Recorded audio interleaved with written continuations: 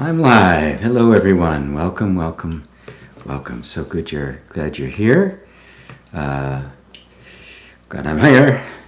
It's Sunday afternoon, Sunday evening, Sunday night, Monday morning for some, and welcome once again to Satsang. Let me get this straight so it looks good. Let me refresh over here, make sure the sound is muy bueno. And click over here, make sure I can hear it. And I can. So we just mute it. Sound over there. So I can pick up on everything you might want to ask. So welcome everyone to Satsang. As I've always liked to point out, Satsang is actually a communion with yourself. The fact that you have decided to take a chunk of time out of your Sunday to ask and ponder and explore the deepest questions that human beings can ask, says a lot about you. Says a great deal about you. The desire to know truth, the desire to come to know who you really are, is grace. It is a gift of grace. It is not something any of us actually chooses, which is amazing, because we think, we've chosen the spiritual path, I've chosen to become a seeker, I'm interested in all of these things, but we never stop for a second to just look at, where do these impulses come from? Where does the impulse to seek actually come from? And I invite everyone to take the opportunity to explore that for yourself.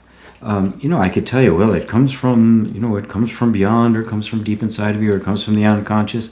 But that would just be me, saying a bunch of stuff to you, and would have absolutely no meaning or value to you. It only begins to have meaning and value when you decide for yourself that you're going to actually look and find out. And of course, there's only one place you can look for this, and that's within yourself. It's useful to consult scriptures, it's useful to consult gurus or teachers, it's useful to read books, but none of those, or watch videos or live streams on YouTube, none of those will actually adequately and definitively answer that question for you. Because the answer isn't conceptual, it's not a bunch of words, it's not a concept, it's not a great idea, it's not even a beautiful spiritual idea. It is a direct, intuitive hit. It's an insight directly into the nature of yourself from your perspective. That's the key. The true exploration of truth, to truly discover what things really are, is a subjective inquiry, because of the simple fact that we cannot step outside of our own perceptions. We try, and we can get pretty good at it, right, through reason and logic and the like. But none of those will actually describe you to you from your own individualized perspective. They will always describe hearsay. It'll always be what somebody else has to say, or the words somebody uses to try to describe something they may have discovered, which is great and useful, a very effective pointer. But to actually come to know who you are requires you to put all of that aside, to simply let yourself experience your existence without any story, without any past, without any future, with no aspirations, no memories, no nothing.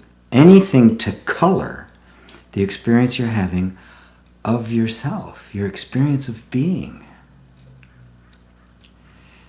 This is the whole point of meditation. It's the point of everything I teach in inner reconciliation, the yoga of allowing.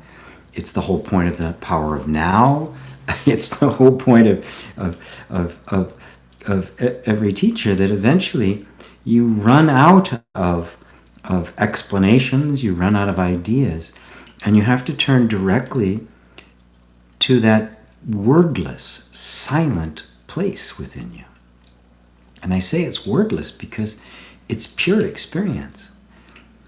And since existence preceded thought, thought is just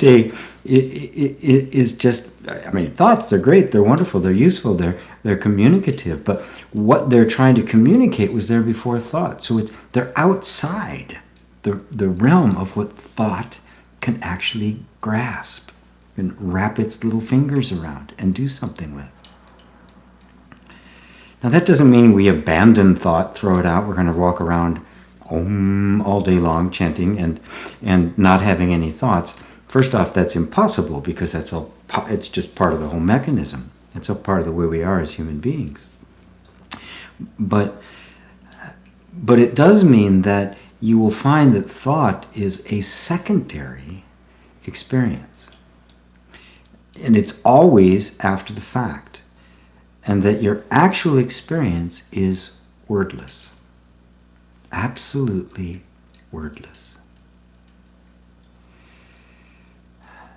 And so learning to spend time with that place within us that is prior to thought, prior to words, is the essence of spiritual inquiry.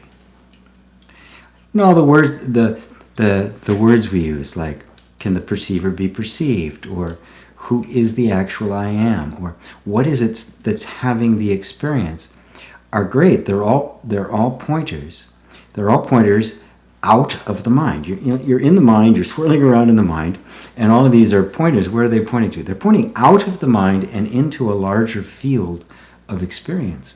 The field of experience of being as consciousness, which is all you actually know. So, by all means, type into the chat your name, where you are listening from, which is always good for me to see.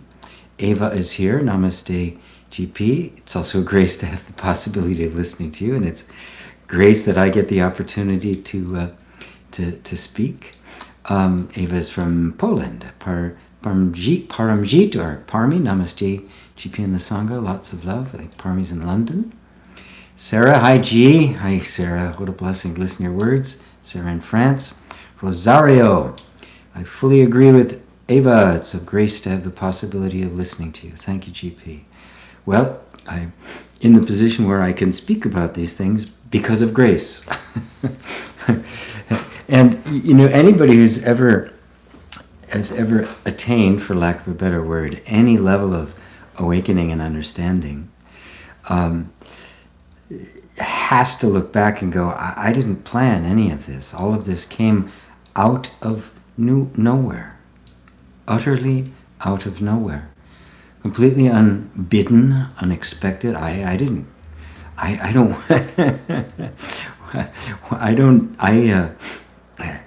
plan on this. I had no interest in spiritual things at all. I wanted to be a rock star.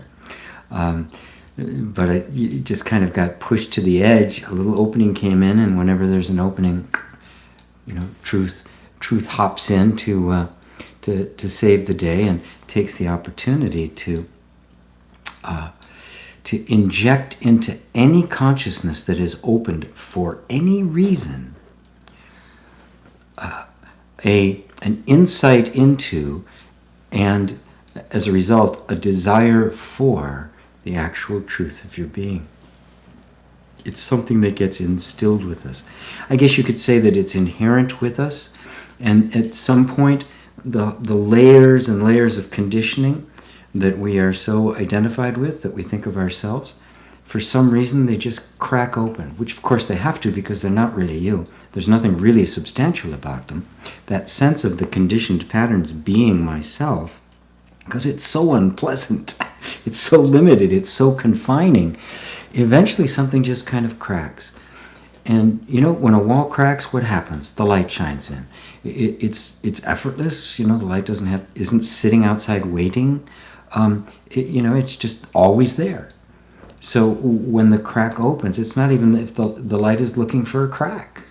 The light opens, in comes the light. And so everything about satsang is just tapping on that wall. Tapping on that wall. Hello, are you in there? To make that crack so the light can just kind of jump in spontaneously. And of course the light has, to a degree, jumped in. The cracks have happened to you specifically, because if they weren't, you'd have no interest in sitting here listening to this old guy go on and on about these rather arcane and esoteric ideas. But getting back to the original point that's really the most important to me, and that is to develop confidence and power on the spiritual path means growing a confidence that your subjective experience is valid. Everything in life, everything in our cultures, East and West, tend to diminish the authority of the individual and promote the authority of the group, the culture, the elite, the people with a lot of letters after their names. And they've got a lot of letters after their names because the culture have said, you know what you're talking about. And if the culture says you know what you're talking about, it means you're talking completely within the context of the culture, and you don't and you don't disagree with it. But anybody who has looked at themselves and walked down this path and discovered subjectively a truth has set themselves aside, apart from culture, and you know it. But when you do, there is an authority that arises, an authority that comes from the direct seeing. So hello to Rosario, David Elaine, IGP, basking in a heat wave in southeast England. Well, welcome. Glad to have you. As always, Sean Dixon, revolutionist. Hey G, I was just catching up on one of your old videos. The mind has quietened and suffering is minimal. Where's the location to pay attention to the larger field of being? And he says, I'm in Scotland, by the way. Sean, what a beautiful question. Thank you for that. As the mind begins to go quiet, which it inevitably does when it doesn't have much to do, and as it does, of course, the sense of suffering gets less because there's less and less story, because suffering is all in the mind. There's no suffering actually in life. Right? So where's the location to pay attention to? Well, the only location I can point to is, which is only a metaphor, is in. Because the truth of being, the true nature of being is that it is outside the field of space and time. It has no beginning and it has no end. It doesn't occupy a point in space. I mean, infinity doesn't occupy a point in space, and that's what we're talking about. A point in space, right? But consciousness, awareness, being is the space. It's even more subtler than physical space, which is really just a concept derived from the positioning of objects. It transcends that. So where do you look? Well, so when I say you look within, when we get the big ideas, we have an alleviation of suffering and a quieting of the mind. There's still inside the desire to know more deeply the truth. It really is it's almost a religious desire to merge with God, to merge with beingness. So where do I find it? Now notice that your question implies that it's something other than yourself. So where do you pay attention to it? You pay attention to yourself. Not the ideas you have about yourself, not the preferences and the things that define an individual. Those are all well and good, but put all those aside. And where's the essence of all of those? Where's that point of perception that sees the preferences and the interests and the desires and the skills and all of the stuff that make up a human life? That point of perception, and I refer to it as a point, right? Because from our perspective, we're kind of looking for something, but that point is actually pointless. It exists all places at all times. Our experience of it is the experience of simply being alive. So to put your attention on the experience of existing without any story about it, without any concepts, without any idea about it, is to pay attention to the larger field of being. Being is infinite. You can't get any larger, and there's no place you can look that you can't find it, because it's everywhere. So the sense of it being somewhere other than right here and right now, as you and me and as everything, is only an idea in the mind. Where's the location? Here. Really focus on that sense of being here. And that sense of being here is constant. Here and now are constant. No matter where you go, there you are, right? Where you go, that sense of here is always present. You can't get out of it. Are you following that? That sense, it's silent, it is unmoving, there's nothing in it that attracts the mind's attention. The mind is, and really the entire nervous system is designed, if you look at it purely from the physiological point of view of survival, its job is to survive. So what does it do? It's forever monitoring the environment for danger or opportunity. If something moves, it's going to be danger or opportunity, right? That's the way the nervous system interprets it. If it's a familiar motion, it already knows. That's not dangerous. That's opportunity, right? There's run from danger, run to mate, right? Or run for food, right? You go to get the opportunities, which are always mating or eating, right? And then you run from danger. If something doesn't move, eventually the nervous system just begins to forget about it, because it is, in that point, it's not danger, it's not moving, so it's not dangerous, it's not going to do anything, and little by little it'll just fade away. So your whole nervous system is geared towards finding, understanding, and describing things that are changing or moving.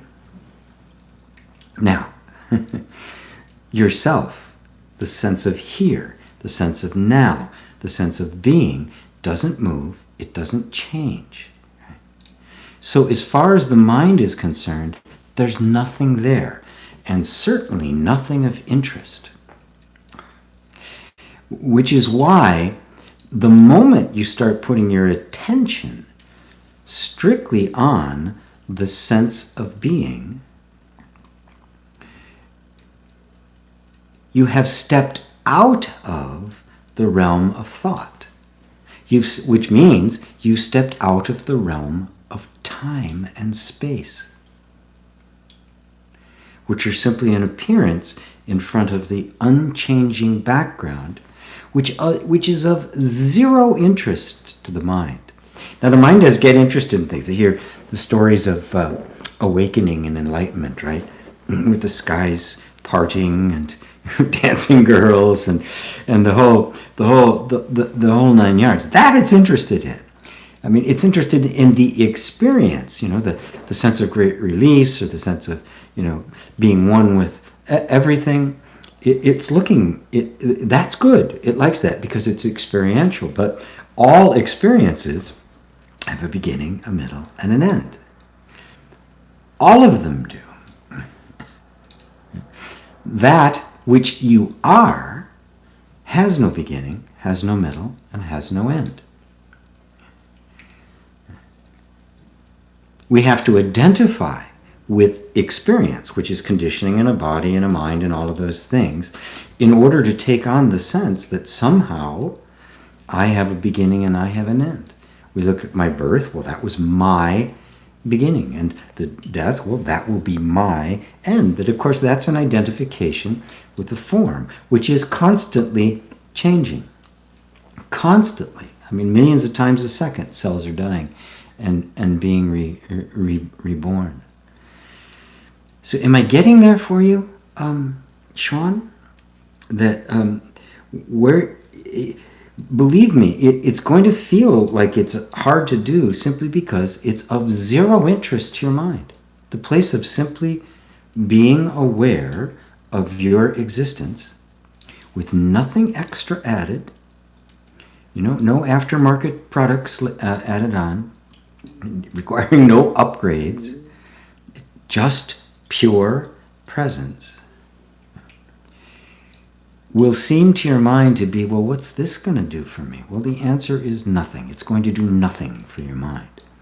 But it is going to little by little immerse you in the true source of everything.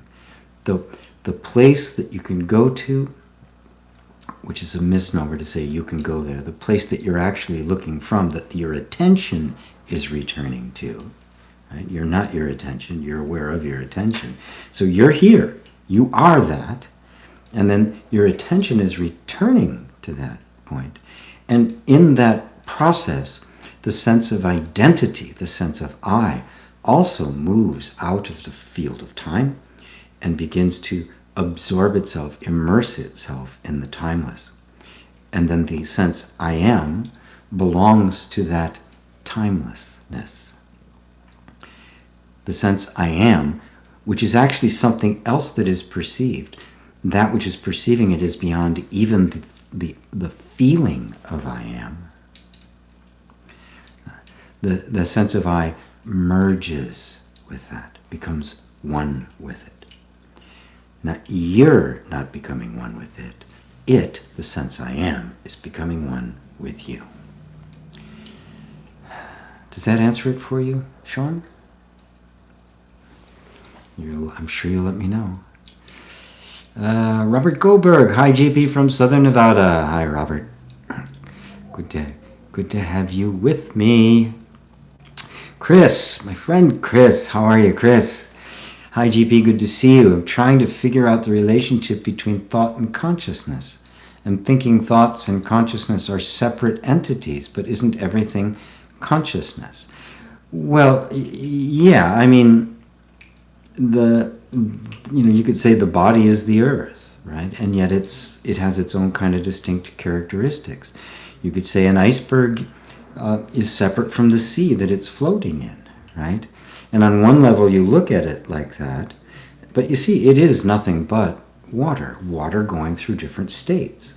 But the essential nature of it is water, right?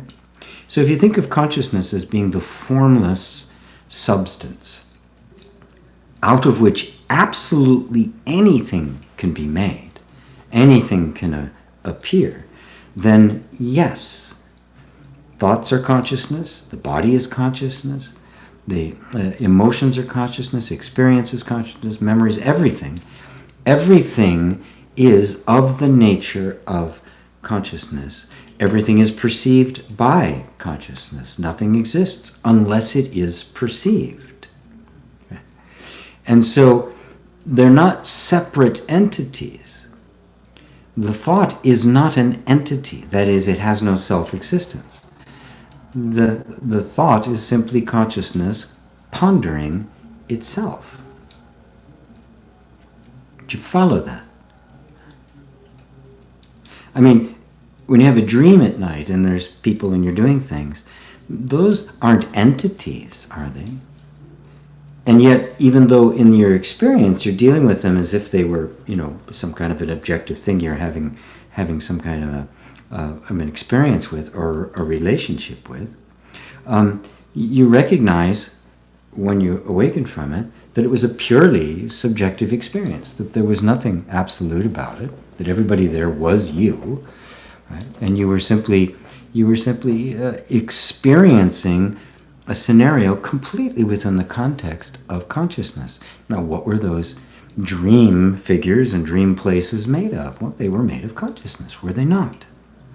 The only thing is in the waking state, we really believe that we are confined to this body and that the world around us actually is around us as an objective, self-existent, independently functioning thing. And the whole point of non-dual inquiry is to turn that on its head and show that it isn't the case. That the only thing we have any evidence for whatsoever is consciousness. Because evidence by definition requires consciousness for it to be evidence, right? You can't have evidence and there's no consciousness to look at it. It's all happening within consciousness. So they're not separate entities, but they are an experience. Like the dream at night, it's not a separate entity, but it's not like it's nothing. There is an experience. It's a subjective experience that gives expression to whatever the nature of consciousness is that is being expressed in that moment. So, I mean, again, think of yourself as music, dreaming songs, right? Every one of those songs is music. It reveals a beautiful separate aspect to music, right? It is made of music. Music is the entity of it, but it cannot exist separate from music. Music can exist separate from that, or it could, were it not for its nature was to be music, to express music. Being does not exist independently of anything that being experiences. Its nature is to create images that reflect its own being. So when you fall in love, and you have the experience of two people loving each other, what that is the appearance in the unified field of consciousness of a manifestation of its own internal harmony, its own internal overwhelming love for itself, manifesting itself. It's like in an art form, Think of the universe as the art form of God, the spontaneous arising, and that it's not a static art form, it's jazz. It's a constant improvisation. Every single moment is this play of God manifesting itself in the most amazing art that you could possibly imagine.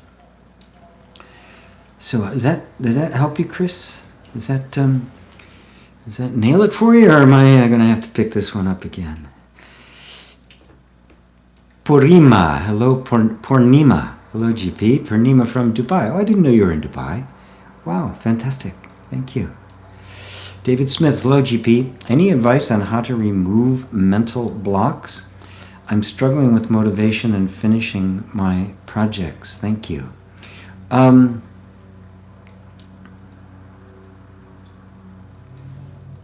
Well, there's a lot of ways to do it, and it really depends on at what level you want to work on. I'll speak to it from the non-dual perspective, which is what Satsang is about. That's why we're here.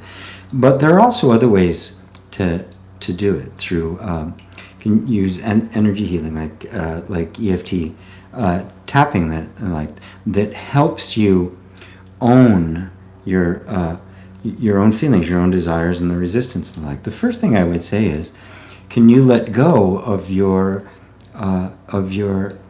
attachment to your mental blocks? Now, when I say something like that, people go, I'm not attached to my blocks. I want to get rid of them.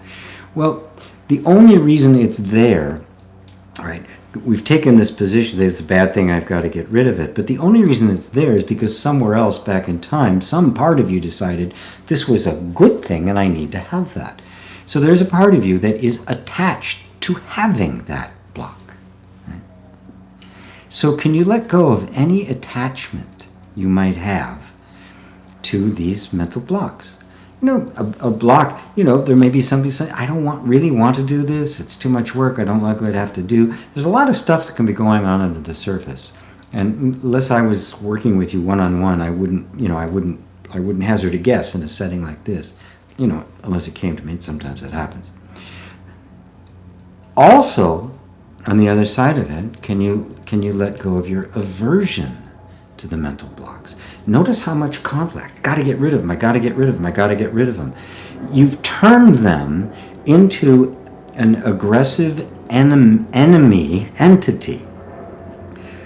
You have, you know, the block is nothing but a thought pattern. But if you regard it as being this thing that's getting in my way and stopping me, you have given it power. It doesn't have any power. There's nothing that says that any particular series of thought is going to get in the way of anything. Nothing says that except you.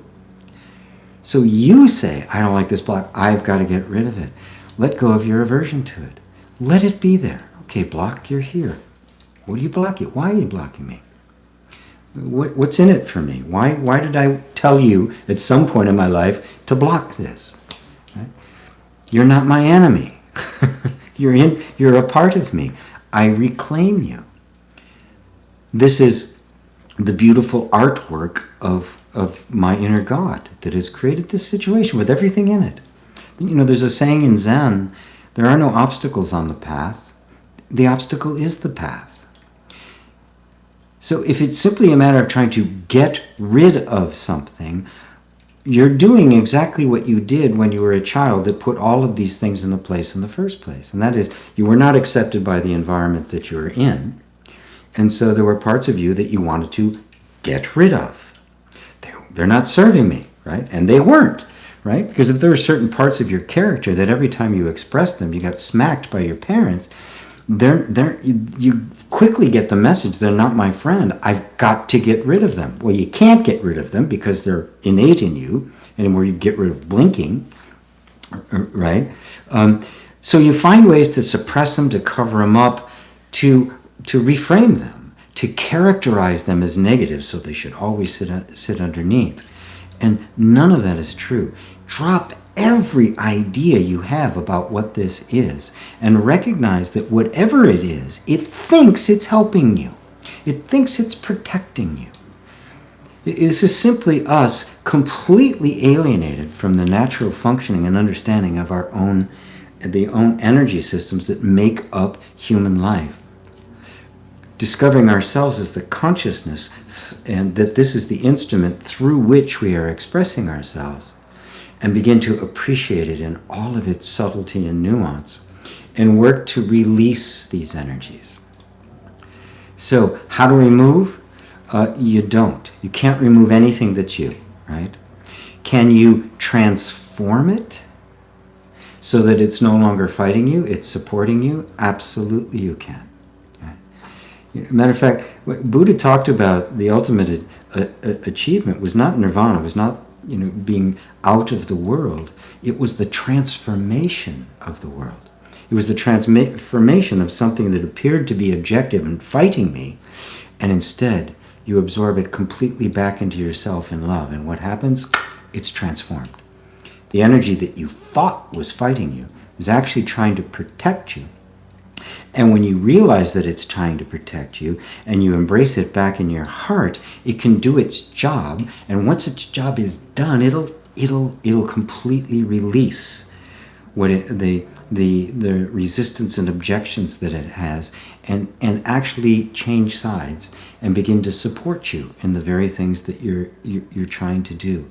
But the most important thing is the spirit of satsang is that every single event in our life is is an opportunity to turn it towards a deeper exploration of who you are. It is not just something to get rid of.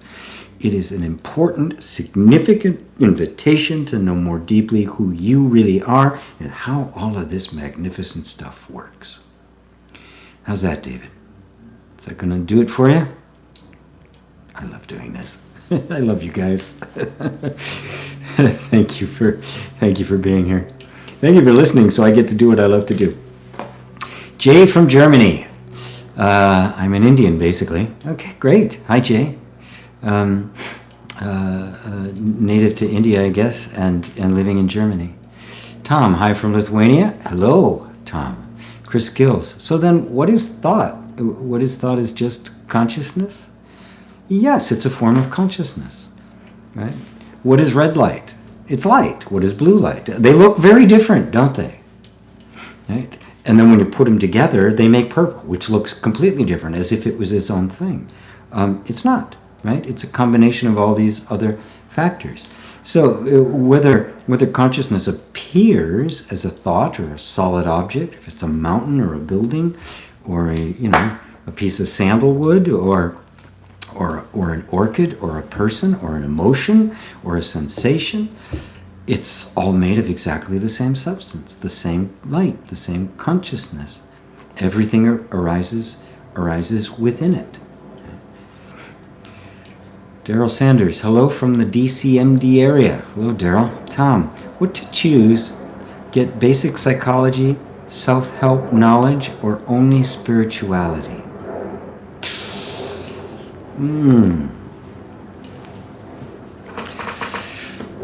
Well, in the course of my life, I've examined all of those and came to the point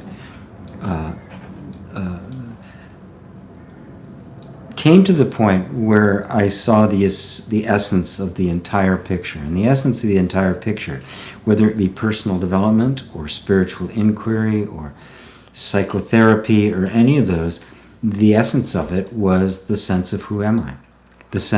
The image we hold of ourselves determines absolutely everything. And so for me, the existential inquiry became the linchpin upon what everything else hinged upon. When doing that and diving deeply through this particular channel, I found myself being able to speak on a very competent level on all of those subjects. Why? Because I understood them in their essence. Now, I looked into different kinds of psychology techniques and self-help practices and the like, and I still do, and I find some that are helpful and useful and help alleviate suffering and open the door for the deeper spiritual inquiry. So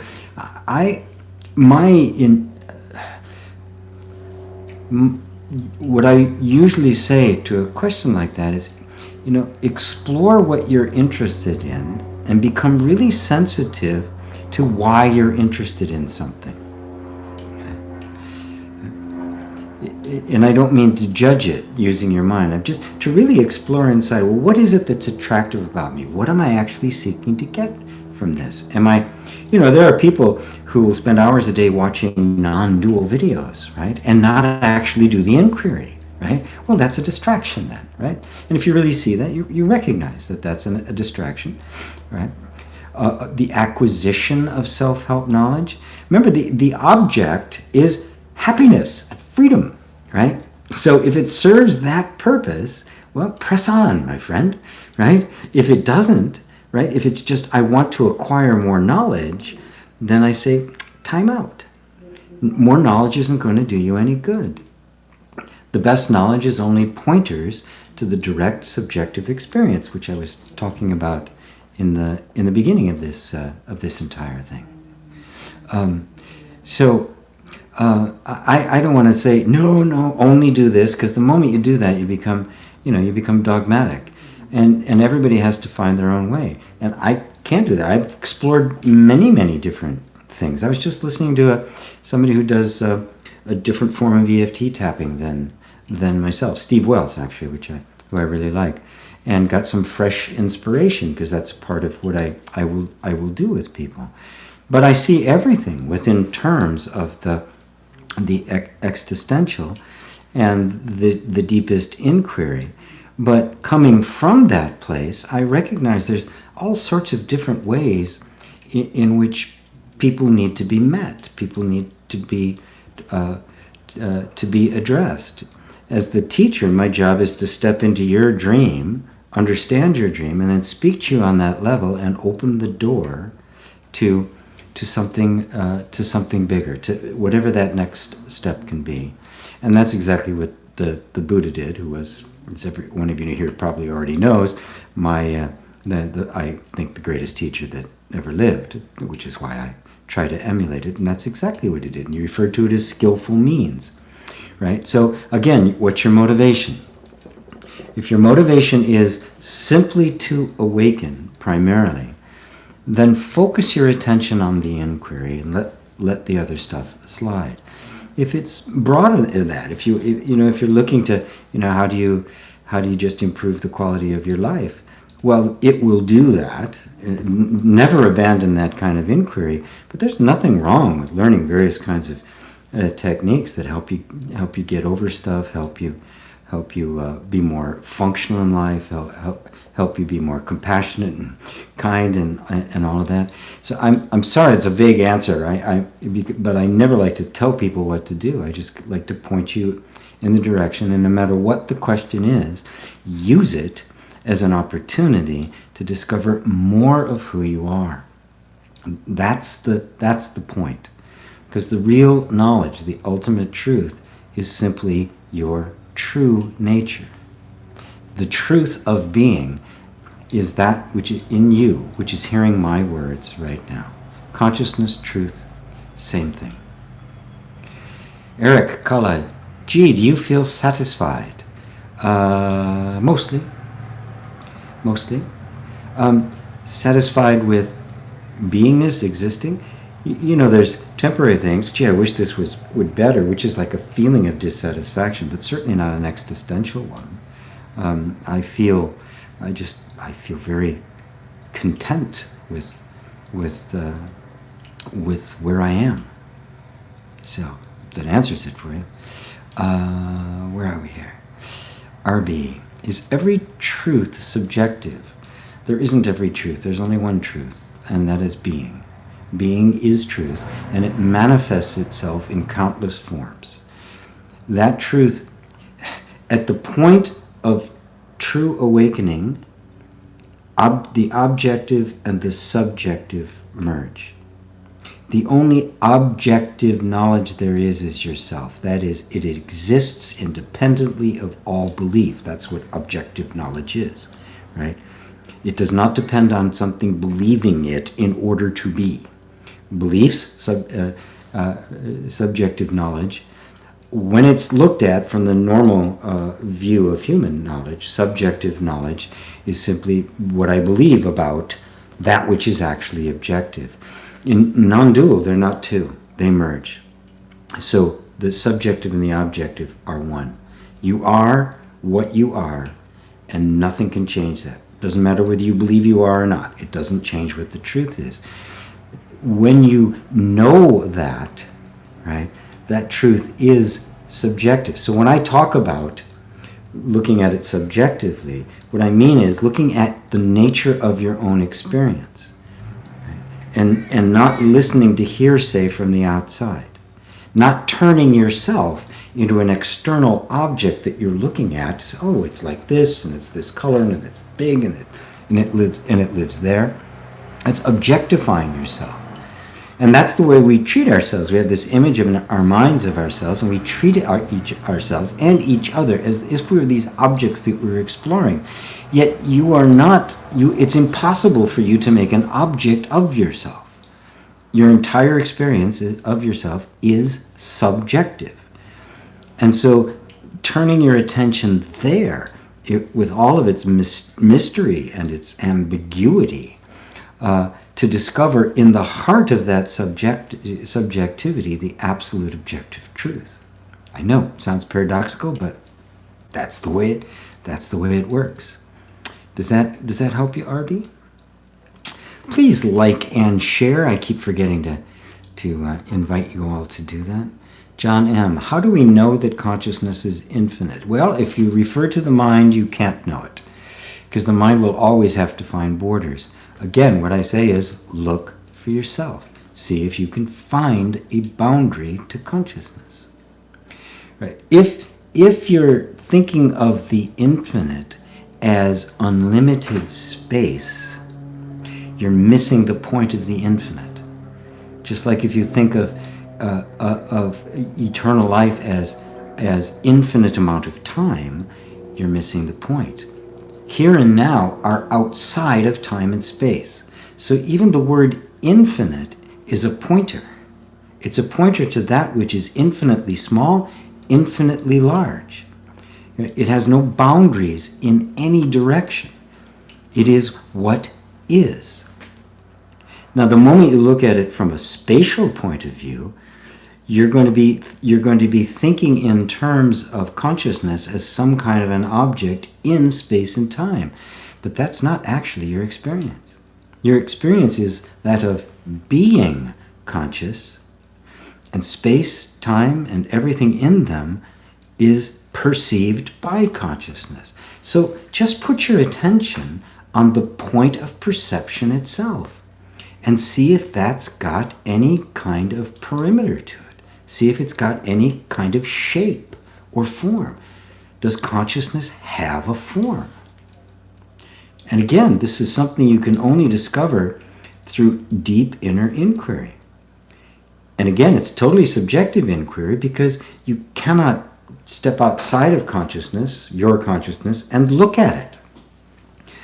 So from your direct experience, is there anything that has ever been experienced that wasn't consciousness, that didn't appear to you? Right? Is it possible for there to be anything that consciousness could not perceive?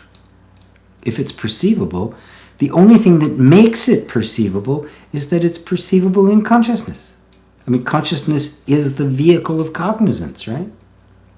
So when you start really looking at it, you find, well, it doesn't actually even exist in space and time. So infinitesimal or infinite, they don't really have any meaning. They're just words. They're pointers. What's your experience? And that's more important than even laying words on it, right? I say, look for yourself. Can you find a boundary?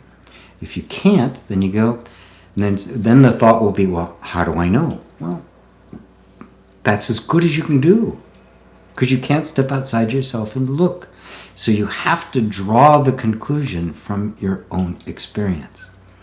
And from your own experience, you'll see that you can't find a boundary to it. Can't find a boundary. It must be infinite. What does that mean? I'm infinite, timeless. I was never born. I'm never going to die. Those are pretty powerful realizations to be holding in your life. Yeah, the whole world's going to dissolve in front of me. There will be an end of the world. To some people, they'll call that death. To me, it'll just be like waking up from a dream. Does that help you, John M.? Ananda Nikhil. Hi, G. Nikhil from Germany. Hi, Nikhil. Great to have you. Patang, my friend in Israel. Hi, GP. Namaste. Although I have no questions, I enjoy hearing you every Sunday as a form of meditation. Wonderful. Must be pretty late there, too. Right? I think you're probably about 10, 11 o'clock there. Yeah? Joseph Capelli. Hi, GP. Love and peace. Same to you, brother. Dale Klinghorn. Drums. Hi, G. Really at peace today. Really at peace. Just change the today to always, because that's your natural state. The sense of not being at peace is just something that comes up for a moment. All it is emotional activity, right? Against the background of peace. When there's no emotional activity, we say, I'm at peace. But there's a danger in there, because if your peace is dependent upon the presence or absence of emotional activity, your sense of peace is going to do this. Right? So recognize that what you're actually experiencing is simply yourself outside the realm of emotional activity. And even when there is emotional activity, you're still yourself. Which means peace is always. It's your nature. Anyway, really at peace today. And surprises, mind is hella quiet. Good. I guess only cue you have is, how do I help others who are in pain and very unconscious, who are too stubborn to listen to wisdom to wake up? Beautiful. Beautiful. Well, really, really imbibe and embody the teaching of emptiness. Right? To completely let go of you in that situation. I want to help others. There is an impulse to reach out and help others. It is so natural in human beings. It is our nature. It's very, it's in complete defiance of the general view of the human being as just being a body hell-bent on survival. There are these times when suddenly our own survival just goes out the window in compassion for someone else. I heard a story about it was in the newspaper a long time ago. I don't remember that, just heard somebody who had mentioned it. And it was, I don't even know where it was, but it was a bridge that was very popular for people to commit suicide off. They go up there to jump. And there was one young man who was up there and he was going to jump, and a couple of policemen found him and they were trying to talk him down. And the kid jumped, and the policeman grabbed him, got the back of him, and actually started to be pulled over himself. He would have gone over himself had the other policeman not grabbed him and pulled all of them back. They asked him later, said, "Why did you do that? You were going to die." And he says, "I just couldn't let go of that kid. I couldn't do it. I just could not let that happen." Even though him holding on would have meant his own death, and if the other guy hadn't been there. And it was not as if he wasn't, he just did it. It's a beautiful story that illustrates that beyond these levels of survival and stuff, there's an energy within us that knows that it's immortal, right? Now, all of that is to simply say, show up in every situation as no one. Don't show up as there's some thinking they're unconscious. I've got wisdom I want to share. They don't want to share, or don't even show up thinking. Even don't think any of that stuff. Think, I need to share this wisdom. Show up completely empty, right? Completely empty, and you will find that exactly the right thing emerges from you at exactly the right time. It may be wise. It may be very mundane. It may be, I'm going to sit here and listen to you for a bit, and just being present. It may be, there's somebody who might be able to help you, and, refer them to a therapist or something. Or it might be an opening, and before you know it, you're giving satsang, right? You just don't know. And that's what it means to show up empty. It means to show up without an agenda. It means to show up as no one. When you are no one, you have no agenda, no preconceived notions, no idea of even the way things are supposed to go. And then you discover everything is going just the way it needs to. And they're in pain. Well, okay, there's this enormous desire to relieve their pain. And all that's there. If you think you know how you need to do it, you've become somebody. If you're just completely open and say, there's this desire to alleviate pain, and I'm just going to be with that, the door is wide open. There's nobody that is constricting now or constraining the you can become in that moment to deliver precisely what they need, which may be very different than what you think they need. And this is the real spirit of the healer. And when you do that, you've got no preconceived notions, you show up as nobody, you'll find very little defensiveness on other people who were too stubborn to listen suddenly aren't so stubborn to listen, because energetically they're feeling your openness, right? They're feeling your spaciousness. They're feeling your lack of judgment. Because even saying they're very unconscious and they're too stubborn to listen is a judgment. It's an image of them you're holding. Drop that image and just let the truth of them come to you. Does that help, Dale? It's very powerful, and really, I'm really glad you asked that question. A couple of years ago, I did a workshop on advanced healing techniques, and this was the essence of it. It's really how you show up, how present you are, and the energetic environment that you create. And the less there is of you, that is, the less there is of the false sense of you, the bigger and the more God is stepping into that, or the ultimate self is stepping into that and creating that space. And in that space, everybody's welcome just as they are. And imagine the experience, and we've all felt it, being in the presence of somebody who has no judgment, who simply lets you be who you are. And remember that all judgment of us as children is what created all of our emotional problems. The rejection of our just natural human inclinations by the environment created the sense of a separate self, created alienation from ourselves, and made us feel as if we were cut off from the universe. This is what did it. So don't do it to anybody else. Exactly the opposite. I don't care how offensive they are. And you can turn on the TV and watch any speech by most any leader of any country in the world, and you will be offended by it. But they are simply acting out their own unprocessed material from their own childhood rejection. Right? Does that help? Does that help, Dale? Thanks, man. A name in a language I do not recognize, so I cannot pronounce it. So, hello to you. One, my being now is the same as my being 1 hour ago. Absolutely. It's timeless. It's never changed. My being now is the same as your being now. Yep. That is absolutely the case. Same being. I mean, being is being. It appears in an infinite number of forms, but is the same being. The only difference is that if my being now access a memory, it will think that there is a continuity. Very good. Very good. Yes. Think. Yeah. Now I got to think. It's okay. Yes. Absolutely.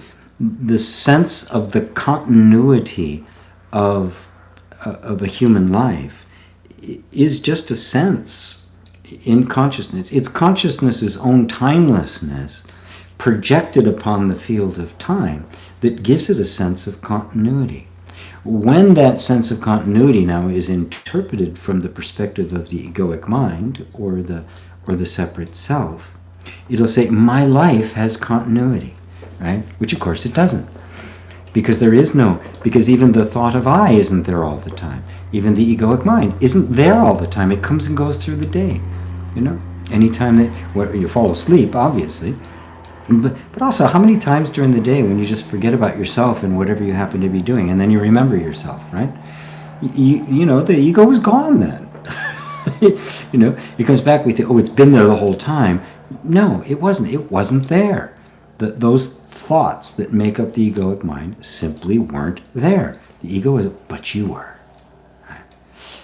So yes, the series of memories, this happened then, this happened then, this happened then, which are really quite untrustworthy, the various kinds of images. And in fact, what we consider a memory is a story that is created in this moment using the little fragments that actually do make up memory to create the illusion of a continuity where there isn't one. Remember, Buddha's enlightenment came when he saw through the chain of causation, that there was no such thing as cause and effect, that every moment is the spontaneous generation of God pondering her own nature. So the being that is changeless is the one you know. You know it as yourself, right? You know, and you have experience of it as like an entity, a person. But that's just the experience of it. What you are is that timeless, infinite being. What a beautiful thing to share. Thank you. Whatever your name is, if you can actually give me a name that I might be able to, us English or speaking people might be able to pronounce, that would really be wonderful. Because I don't even know what to call you. But thank you for your question. Wait, there's something a little bit further down. No. Okay. Let's see what's next. Dave and Elaine, hello. Lovely. My lovely friends. Following on from your opening statement, in an awakening process, wouldn't a good teacher or guide be important in guarding against the shadow stuff, creating potentially delusional patterns of thought, which may arise if we try to do it on our own? Absolutely. Nobody can do it without a teacher. You know, a teacher in person is the best. It's great. Having the opportunity to interact with that person. So I would really encourage all of you to get into some of the workshops that I have so that we can actually interact. It's a Zoom meeting where we can speak and the like. So we can have a better interaction than I can through this medium just with chat. So that's the best. But it's not the only way. It can come through books and come through insights. Right? If the heart is open, right, and all your hearts are open, you wouldn't be here. If the heart is open, the truth will find a vehicle to bring you back to itself. It's grace, and that can be just suddenly having a conversation with a guru that's left their body 1,000 years ago. That energy is still quite present. Christ said, "Yeah, I'm with you until, always, even unto the end of the world." And he was not referring to his physical body. He was referring to the essence of who he actually is. And so, all the masters are available to you internally. When you read a book about Ramana Maharshi or Nisargadatta and the like, they're living right in those. They're there in those words, and so you have access to that level of inspiration because the true guru, the Sadguru, is you, lives within you. It's the truth of you. Grace is nothing but more than the truth of you that is communicating, that is realizing it itself, and therefore. Has unlimited channels through which that truth can appear. So the best is a real personal guru, someone that you can interact with, who can spot the blind spots, the subtleties that we all miss, that we inevitably miss, until you're a Ramana Maharshi or something. So if you're doing anything, it's when I was a teenager, I thought I could be a self-taught musician, and then I got a little bit older. I thought, what the heck am I doing? And I found the best teachers I could find, and boy, what a difference it made, right? So this is, in a sense, is no different from that. Yes, it's.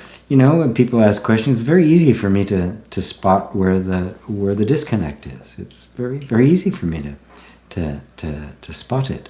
So having someone who you can interact like that, who points you to those subtle little things where we get stuck, is extremely valuable, essential, really. But how that happens for you, it may not necessarily take that form. All right, let's see. Sandis, Jonas. Hi all, hi GP. Thank you all for satsangs. Hi there, Sandis. Is it Sandis or Sandis? Consciousness plays, Chris again, consciousness plays many roles, but at the end of the day, them roles is nothing but consciousness.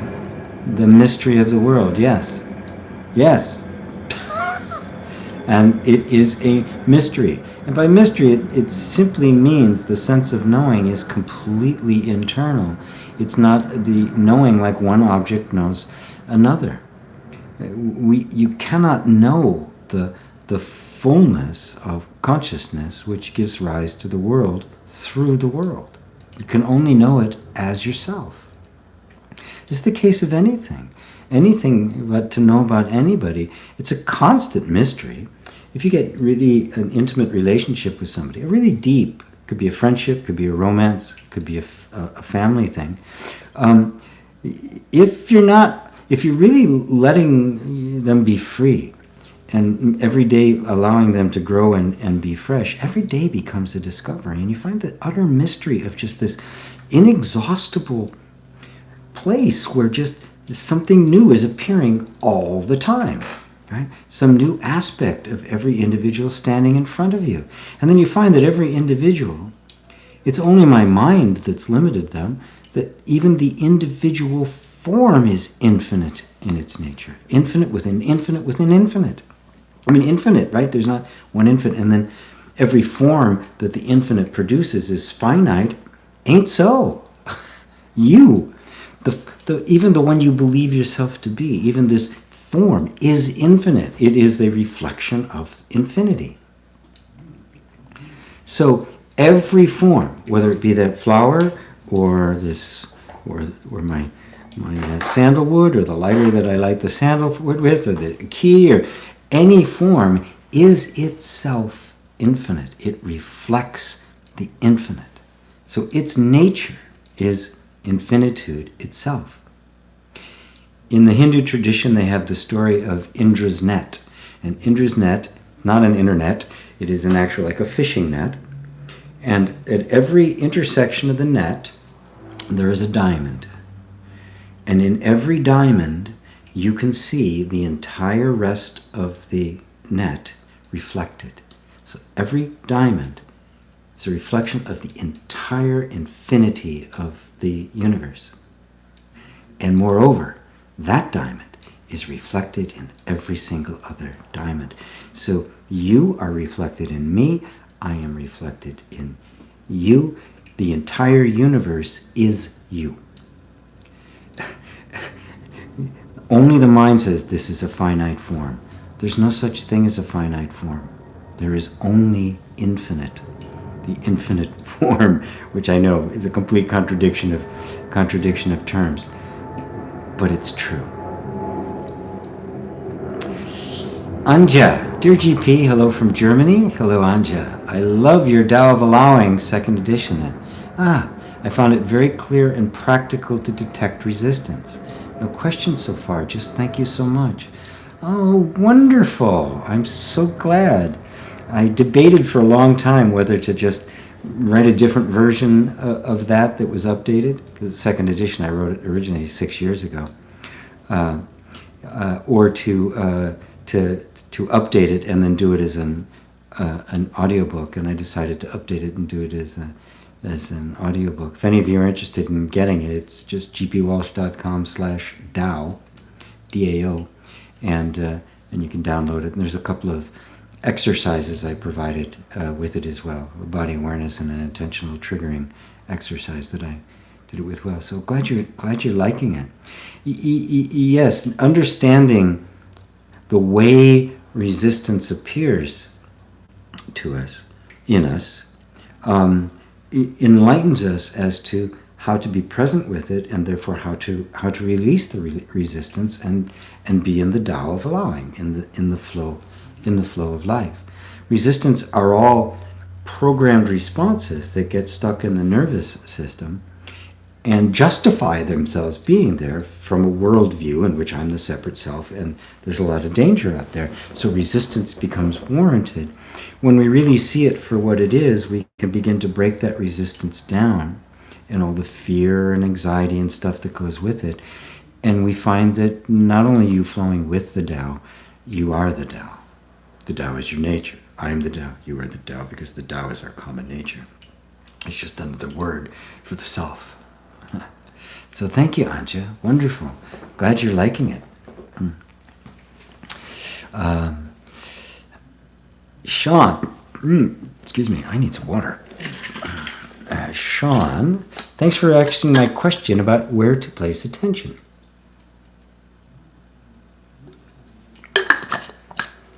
I get the sense of being in the whole body, but the mind wants to put a point on it. Yeah, the mind wants to locate it in space and time. The mind wants to turn the sense of awareness into an object any way it can, right? So it is a word, it's a sound, it's a point in space, it's something that exists, in the third eye, or it's in the frontal lobe, or it's buried here in consciousness somewhere, or it's in the heart center. It wants to put it somewhere, right? Behind the face and the chest, right? The third eye, or the heart center. But when you actually just kind of feel into the awareness, just be present with the awareness, you can't locate it anywhere except here. And even here stops being this and just goes here. Where's here? Well, here. Everywhere. It's not hard to grasp it. Right? Imagine you're sitting you're sitting somewhere with friends and you're talking, and somebody calls, hey, I want to meet you. Where are you?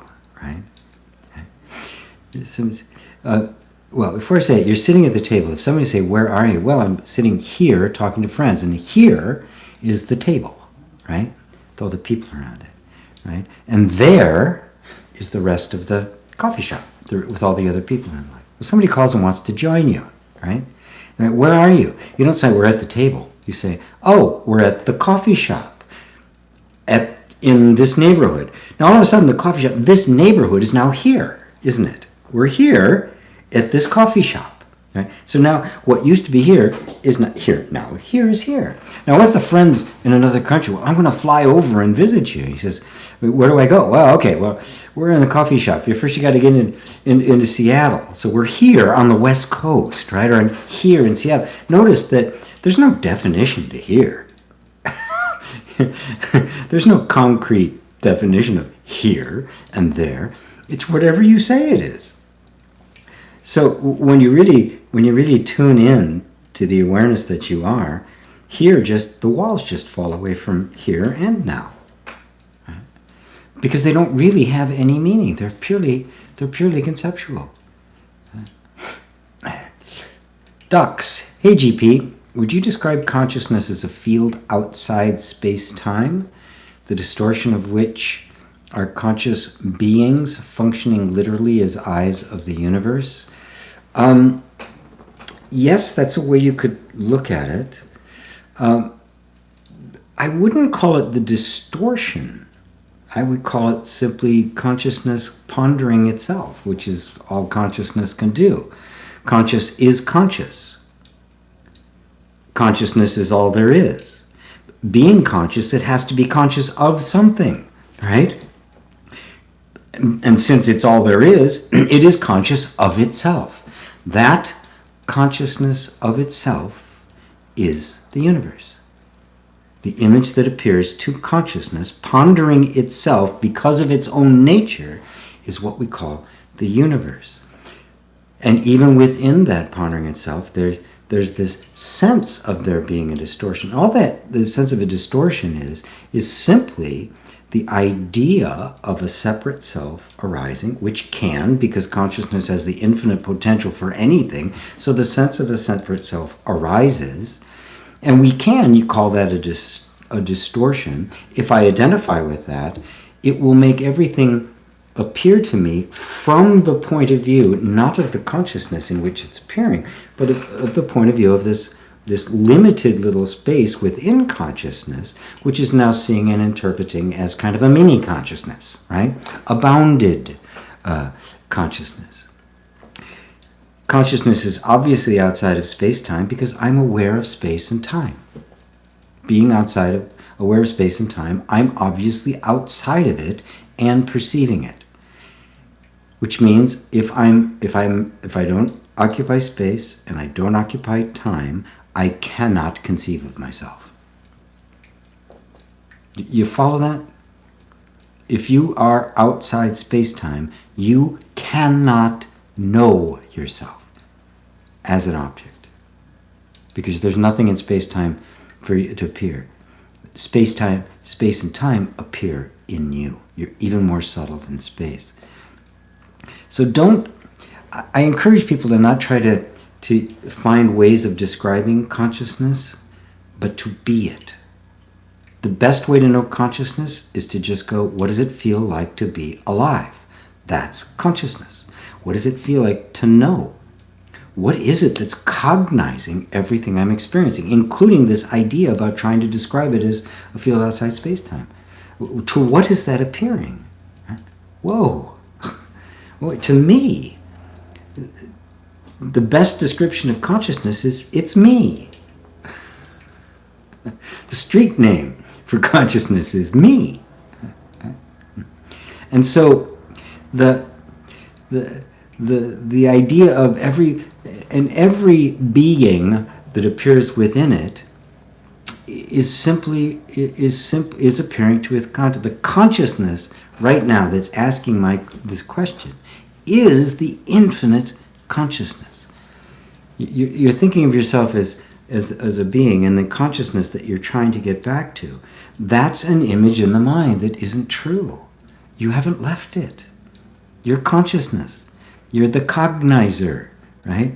The question couldn't exist if you weren't already consciousness to which it could appear, and the sense of a separate self that appears to be distorting it. Nothing can distort consciousness. It appears to consciousness. You can't distort space, right? I just move my hand through it like that, and I've just drawn a line on space. You can't do anything to it.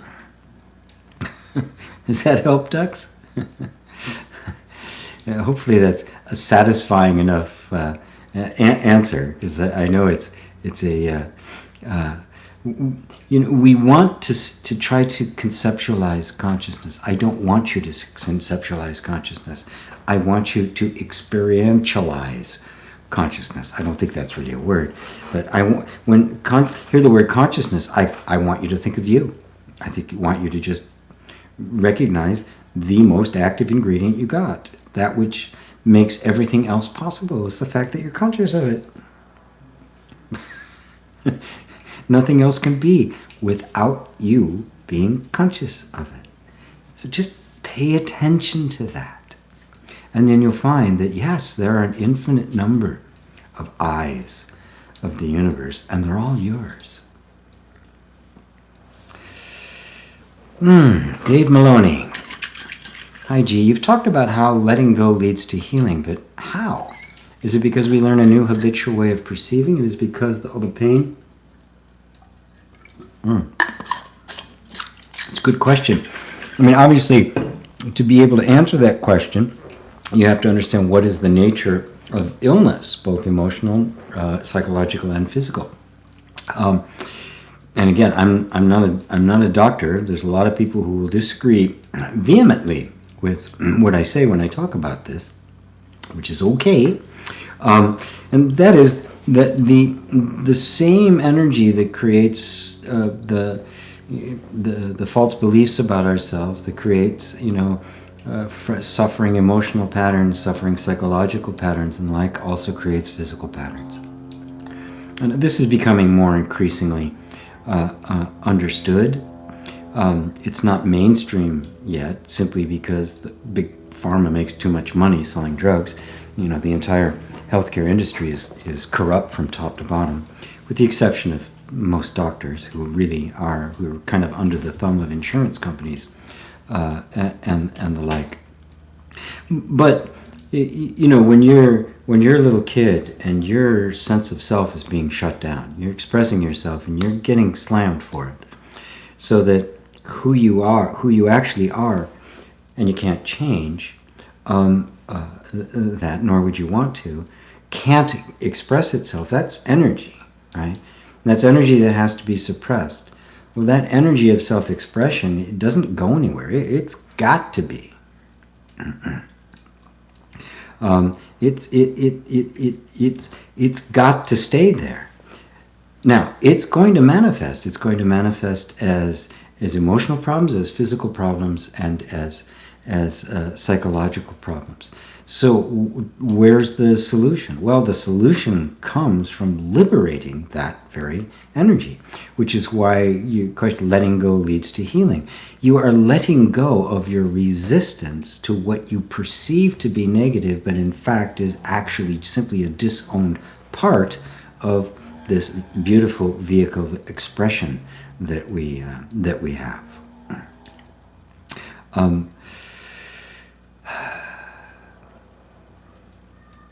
Yeah, I don't want to try to go too much in depth in it, because it's a deep subject, and one has to be very careful, because people have a lot of different beliefs. There's a lot of fear about it, especially physical illnesses and the like. But to my way of thinking, an emotional or energetic disturbance or a suppression of energy or trauma can very easily cause illnesses, physical pain and the like. And the whole mind-body thing, the releasing of chronic pain are emotional processes, not physical, because oftentimes there isn't anything physical there. Sometimes there is, but there's really not much they can do, or the things they can do are so extreme. So becoming really, really good to yourself, watching, not denying yourself, not shutting yourself down, not cutting yourself off, listening to your own feelings, even if they feel extreme and threatening, is the open door to the energy flowing. I mean, you take any flow of energy and you restrict it, and it's tense, right? The example I love to use is take a whale, right, that's used to traveling thousands of miles a year, and stick them in a, it's huge, right? They're alone. They're the kings of this world. They have no predators, right? And then you put them in a swimming pool, people watching them and all sorts of stuff, and you expect them to not freak out, right? Right? You expect it. They get sick. Their appetite changes. They get moody. Right? Why? Well, because they're completely out of their natural environment. Well, that's what happens to us as children when we get restricted. We're completely out of our natural environment when we get to when we become adults, and huge parts of us are unavailable.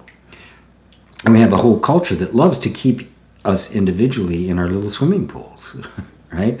Because we're contained, we're controlled in that environment.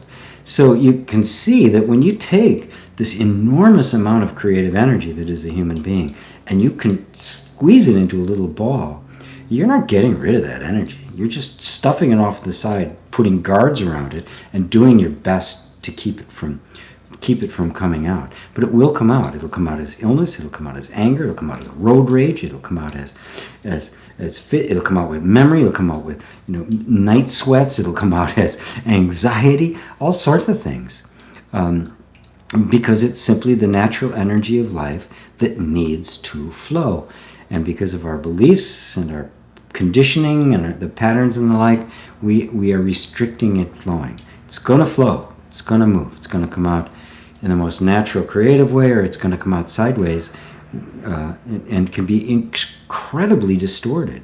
I mean, even the most horrific, heinous crimes committed by people are a result of the same thing, that energy coming out the side somewhere. I don't care if you're talking about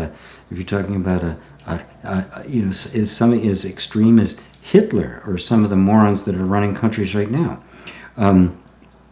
That's what it is. That's where it came from. They are alienated from themselves. And that energy, which really wants to express itself in the highest can only express itself in the lowest. But if that door's open, it's going to go. That's the nature of life. So, does that explain how, David, how it actually leads to healing? So what you're letting go of is not the negative energy, because it's not really negative. What you're beginning to let go of are all the layers that have pushed it down, contracted it, and called it negative. That's what you're letting go.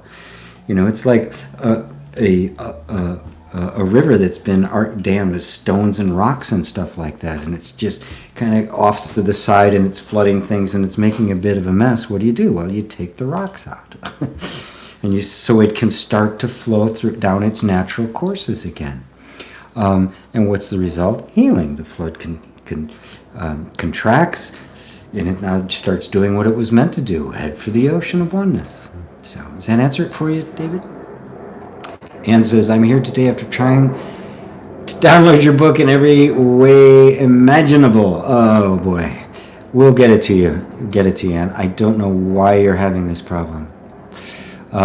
We'll get it solved. I'll find a different way of getting to you if I have to. It's just really big, so finding a way to transfer it isn't all that easy, but I'll figure it out. I will. I promise.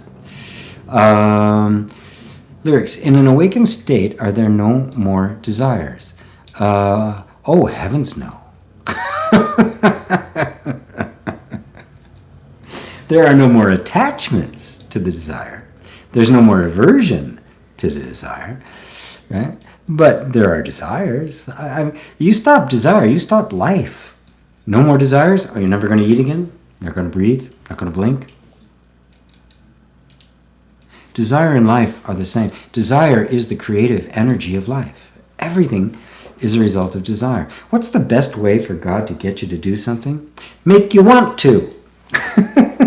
I mean, marketers know that. They make you want to buy this product, even though you really don't need it. Right? That's why.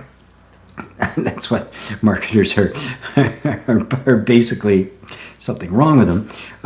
It's sorry if any of you are marketers. So no, that all the desire existed. There's just no personal attachment to it anymore. A desire arises for something. Happiness does not depend on whether that desire arises or not. So there's no problem. It arises, great. What does that desire want to do? We'll see. It's got a life of its own. Like everything else, it's like a living being. Right? Every cell in your body desires to live, and it will live its particular lifetime. It can be, some of these lifetimes are very short, a couple hours. Some of them are longer, 10, 15 years. But every cell has a particular life cycle. Every thought has a life cycle. Every desire has a life cycle. When we cherish desires and actually love them, like plants in a garden, right? We see that they're the experience of life. They are the experience of being alive. When we're attached to them, we think that by the fulfillment of this desire, I'm going to get happiness. That's projecting on life a level of personal ownership that it is not the least bit interested in. And so desires tend to seem to get distorted. And then some people could say, well, you've got to let go of all your desires. You have no desire. Well, that's impossible. Like you're saying, I'm going to have no thoughts. It's impossible, right? So what you do is, by letting go of your attachment to it, the desire gets seen in its purity. When it's interpreted from the egoic mind, the desire becomes impure, because it's no longer serving its own nature.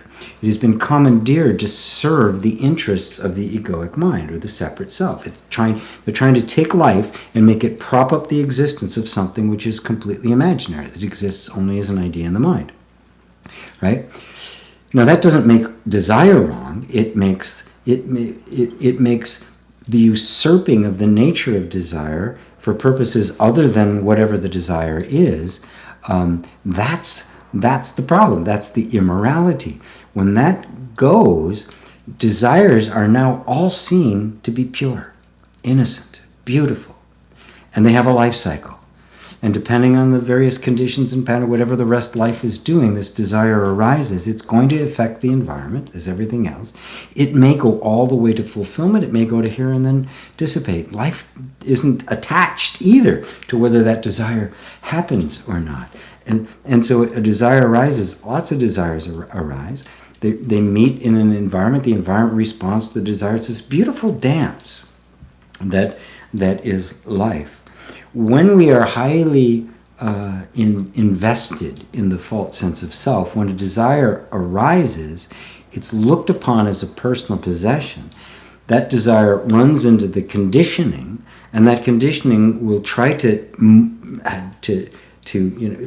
reshape it into what it wants, or say, no, that's not, you can't do that, you can't have that, that's not a good thing.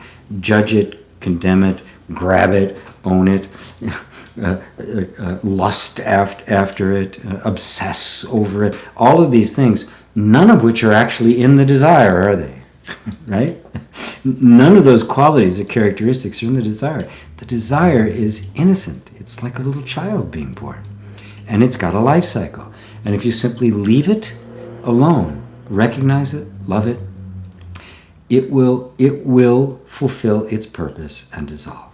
It may be a glorious purpose, right? It may be a very temporary purpose. I mean, it's like, I want to get a cappuccino. That's a desire, right? There's sometimes if you think, God, I really need a cappuccino, there's a lot of attachment. Other times, gee, wouldn't that be nice? No, not available. Done, right? The desire doesn't fulfill itself. Other times, oh, look, there's another coffee shop other than the big green one. I think I'll go get a cappuccino, right? Boom, desire is fulfilled. Done, right? So everything operates on this. It was desire that made me put all this together over many years, right? To be able to sit here and do this. It was desire to maybe get on today. It was desire that made you come here. So the desire has just gotten a really bad rap. Because people are saying Buddha says overcome desire. He didn't. He said overcome attachment. Overcome the desirer. If we overcome the desirer, the desire is liberated because it doesn't belong to anyone. Right? As do you. You do not belong to anyone. Does that help, lyrics? Ava, about the infinity of consciousness. Or about, did you start a question earlier and I didn't see it or something? It sounds like you went right in. Well, I'll see if I can grab it. Or about what that consciousness is dimensionless. In Veda, it is told, Atma is bigger than the biggest and smaller than the smallest. For me, it's the best expression of dimensionlessness. Yes, no, it is. It's bigger than big and smaller than small. and yeah, it's a beautiful way of putting it. And one of the things about the Vedas and a lot of the writings, especially of India and Buddhism, is that they manage to use words in the most beautiful way to point you at that which is beyond words. How do you get bigger than the biggest? Well, it becomes dimensionless, right? It's that which contains even the biggest, because the biggest is going to have some kind of a bound around it, so you call it the biggest and compare it to all the other things that aren't as big, right? Same thing with the smallest on both ends of the spectrum, but that spectrum appears within something that is beyond space, beyond dimension. Right. Beautiful. Thank you, Ava. Paramjit, Parmi. Oops. Oh, come on.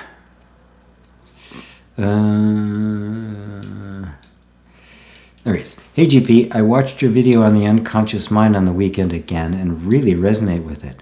It has allowed the contraction I feel in my abdomen, chest, and back of my eyes to happen and not resist.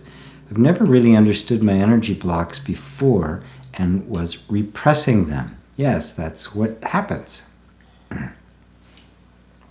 Yes, when we do not understand, we push it away, we repress. But when you realize that what's actually happening is simply the nature of life itself, and you're trying to limit it simply because you were trying to not trust life, you were trying to trust, God knows what,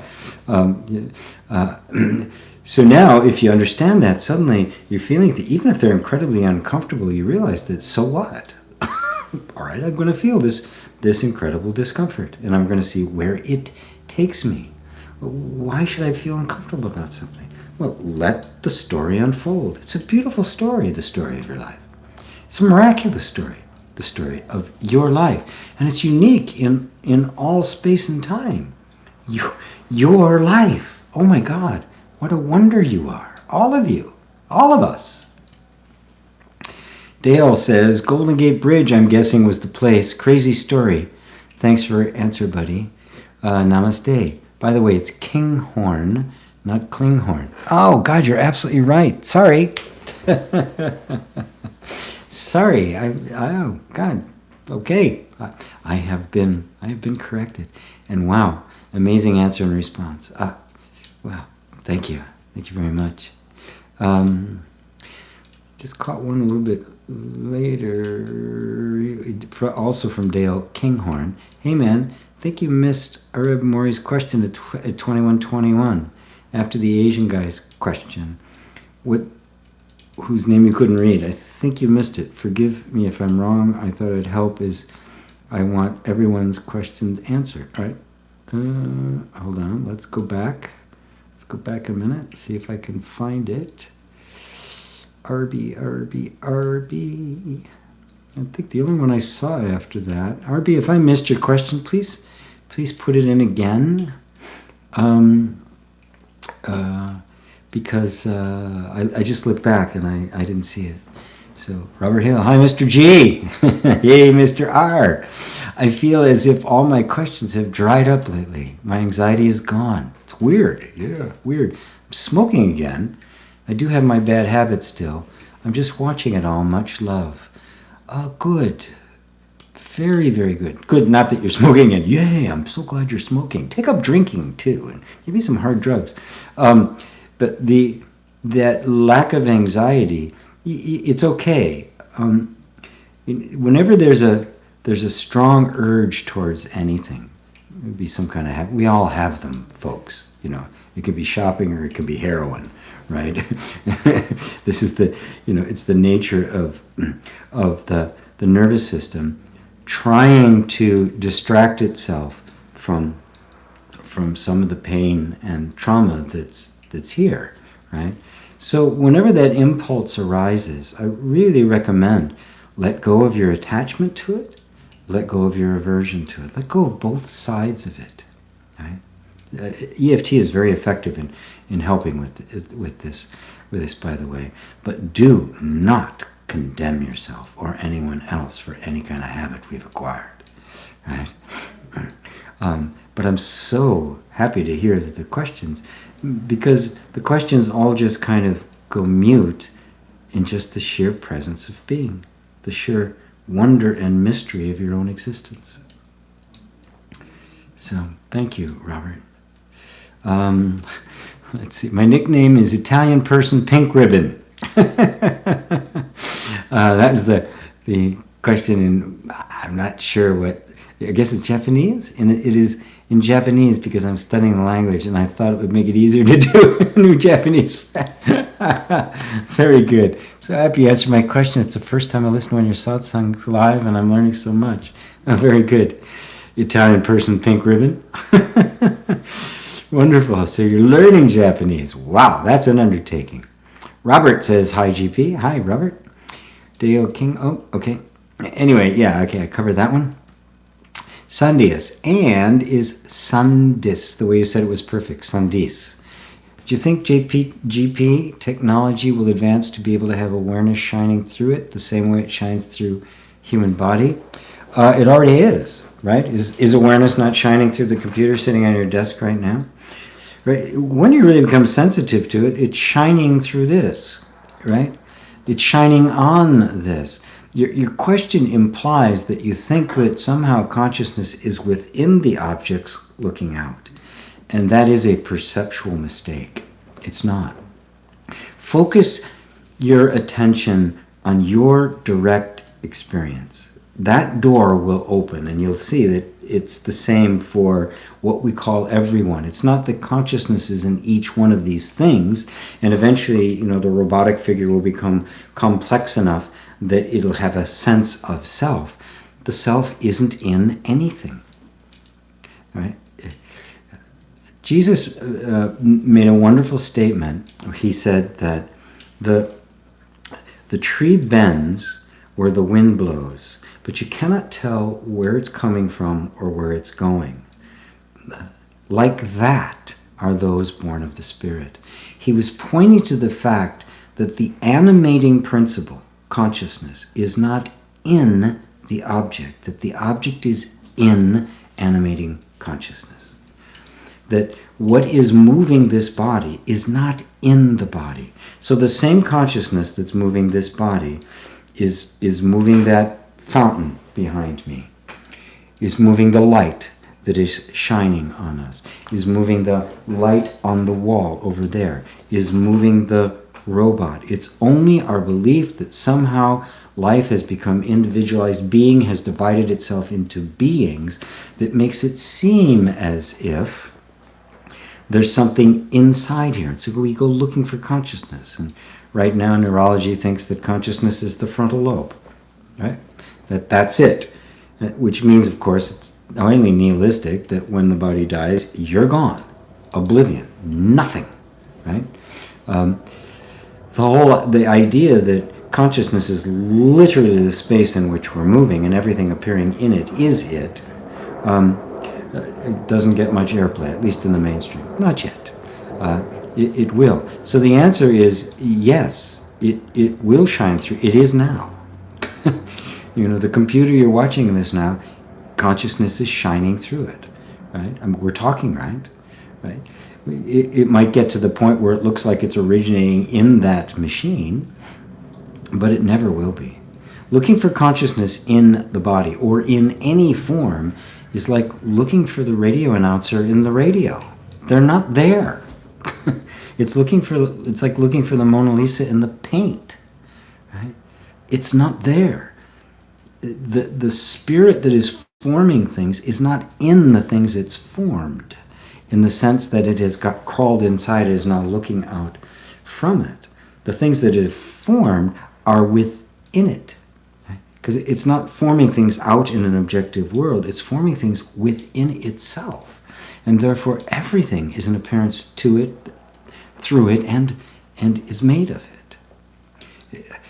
All I can do is point you in this direction to explore it and examine, because everything I'm saying now is completely unknowable to your mind. It's completely outside the realm of our normal interpretation of perception and experience. So continue to go back to the place from which everything is being seen. Once you know this, everything else will be clear. If you don't know this adequately yet, you're still going to be looking out at others, thinking of them as separate entities in consciousness that have their own consciousness, and we're intermingling, and robots are going to become sentient. Hope that helps, Sandis. Dave and Elaine, thanks for your answer. Elaine and I are fortunate to have our own satsang of 2 on a daily basis. Yeah, you guys seem like such a wonderful couple.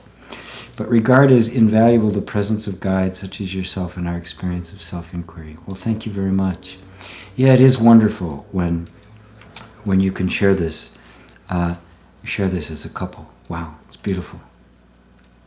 You can be each other's guru. And enjoy each other's person.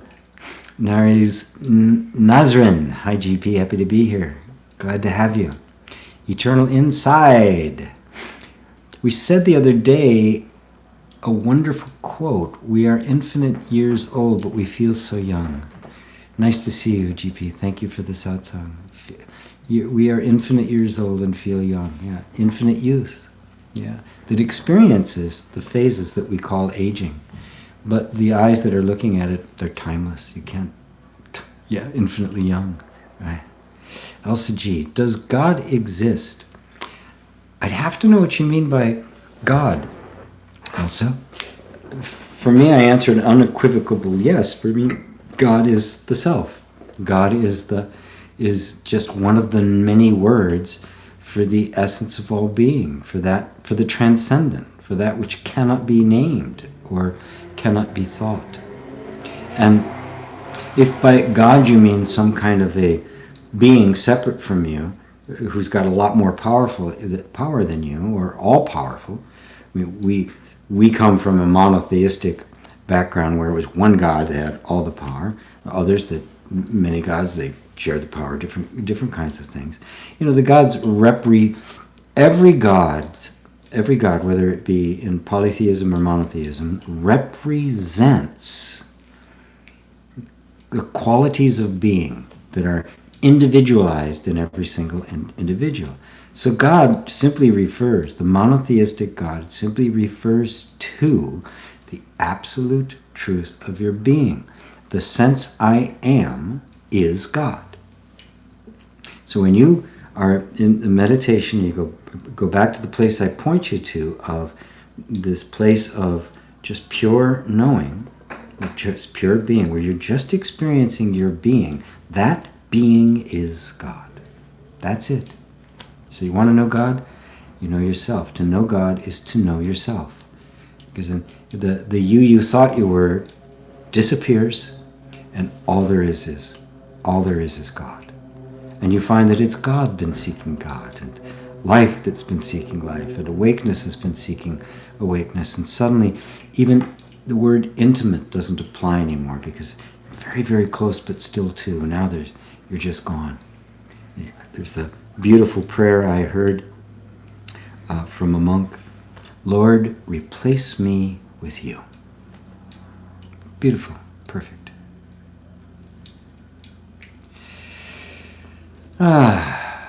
David Maloney says, Dale says, I can't believe you have only 6 people watching. Crime, get this stuff is painfully underground still. Give it time, you'll have masses of subscribers. You deserve it. Well, thank you, Dale. According to me, I've got 45 watching now. Where did you get the 6 from? Yeah.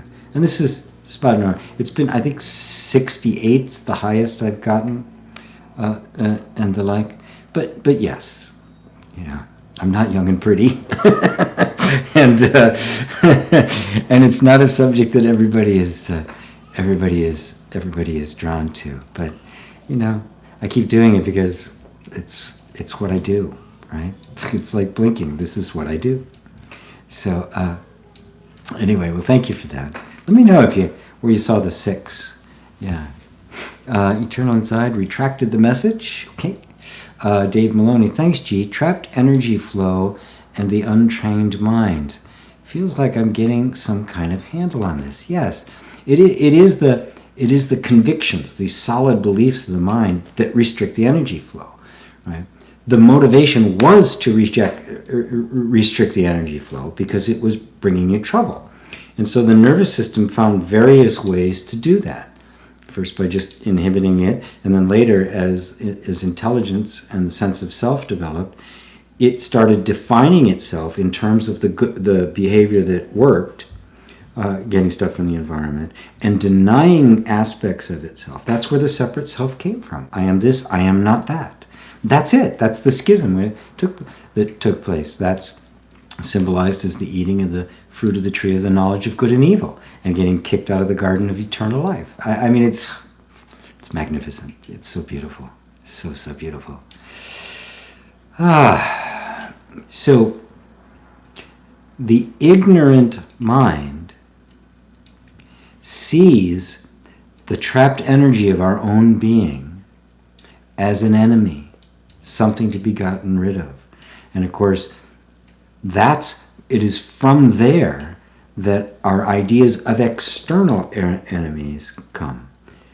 It becomes a projection of that. They start to represent externally what has been rejected internally. We get schisms and the whole deal. And if we could have, we would have killed off those energies because they were interfering with our very survival. Can you see that same energy being projected upon the imaginary external enemy?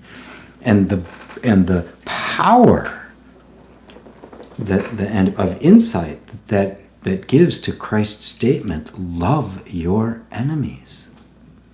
Do good to those that misuse you and hurt you and persecute you in my name's sake. And that my name, of course, is the true you. That's what he was referring to. That's what Christ represents. The anointed one. That's literally what it means in Greek. What's the anointing? The truth of being. He saw that I and my Father are one.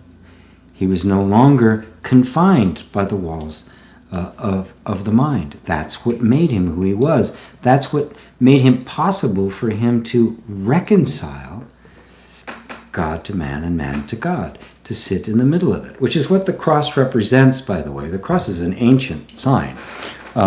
And we want to think of it historically as that this torture device. It had nothing to do with that. The true meaning of it is that at the center, the cross represents heaven, earth, past, future, and right smack dab in it is the realm, the field of the mythological king, the one who sits in the four quarters of the universe, that brings harmony to the entire spectrum. That's the mythological image of him dying on the cross. He dies to be resurrected. He didn't die just to die. He died so that he would be resurrected. So everything leading up to that was symbolic of a mythological representation of the complete surrender of the ego to the will of life, the will of God, the will of truth. And in the process, you are resurrected. As what? As truth, as God, as life. That's the deep, the deep meaning of it. Right.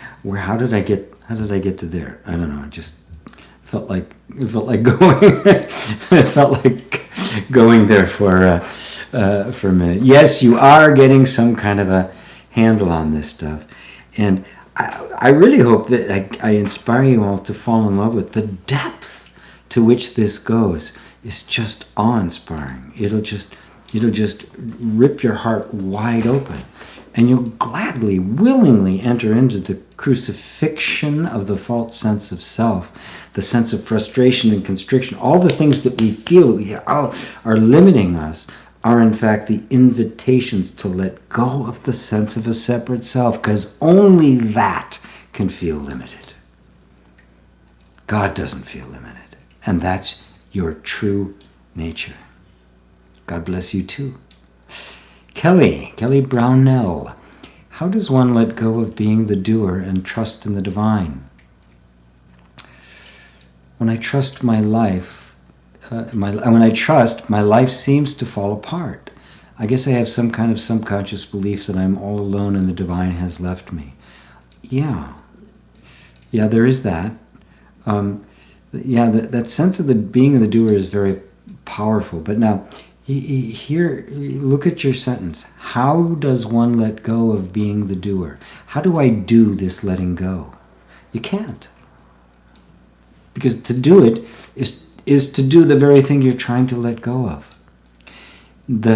How you let go is to simply surrender with humor to the other, the catch-22-ness of it. Every time you try not to do, you're doing. Right? So you can't not do, and you can't do. So it's very different. It's actually a shift in perception of doing itself. Where's the doing arising from? Right? Trace back every thought. Like right now, it's a thought. How do I let go of being the doer? Right? And that, because if I let go of being the doer, then I'm going to flow of life. I'm going to trust life more, right? So there's a deep desire to trust life. There's a deep